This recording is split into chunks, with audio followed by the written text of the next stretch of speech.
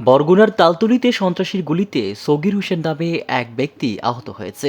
পিস্তলসহ মাদক বিক্রেতা সন্ত্রাসী জাকির হোসেনকে স্থানীয়রা গণধুলাই দিয়ে পুলিশের কাছে সুপর্দ করেছে।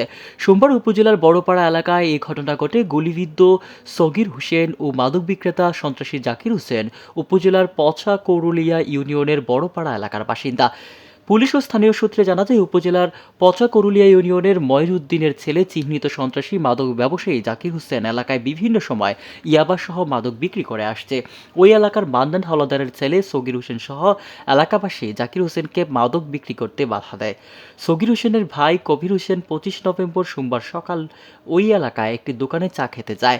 এর জের ধরে এ সময় মাদক বিক্রেতা জাকির হোসেন কবিরকে দেখে গালিগালাজ শুরু করে এবং এক পর্যায়ে তাকে মারধর করে।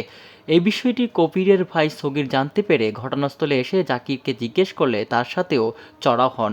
এক পর্যায়ে জাকিরের সাথে থাকা 9mm পিস্তল দিয়ে সগিরের পায়ে 5 রাউন্ড গুলি করে। এতে সগির হোসেন মাটিতে লুটিয়ে পড়ে। গুলির শব্দ শুনে স্থানীয় জনতা এসে জাকির হোসেনকে অস্ত্রসহ আটক করে গণধোলাই দেয়। পরে থানায় খবর দিলে ঘটনাস্থলে পুলিশ এসে আহত সগির হোসেনকে উদ্ধার করে হাসপাতালে পাঠায়। একই সাথে গণধোলাই খাওয়া সন্ত্রাসী জাকির হোসেনকে পুলিশ আটক করে।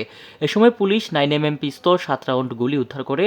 এ ঘটনায় আরও অস্ত্র থাকার সন্দেহে জাকিরের মাদকের আড্ডাখানায় যৌথ বাহিনী অভিযান চালিয়ে একটি দেশীয় অস্ত্র উদ্ধার করেছে।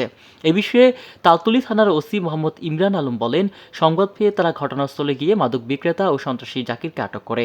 এ সময় তার কাছ থেকে 9mm পিস্তল, 7 রাউন্ড গুলি ও একটি দেশীয় অস্ত্র উদ্ধার করা হয়েছে। জাকির ও সগির উভয়ই আহত, তাই তাদেরকে পুলিশ হেফাজতে বরিশাল শেরেবাংলা মেডিকেল কলেজ হাসপাতালে চিকিৎসা দেওয়া হচ্ছে।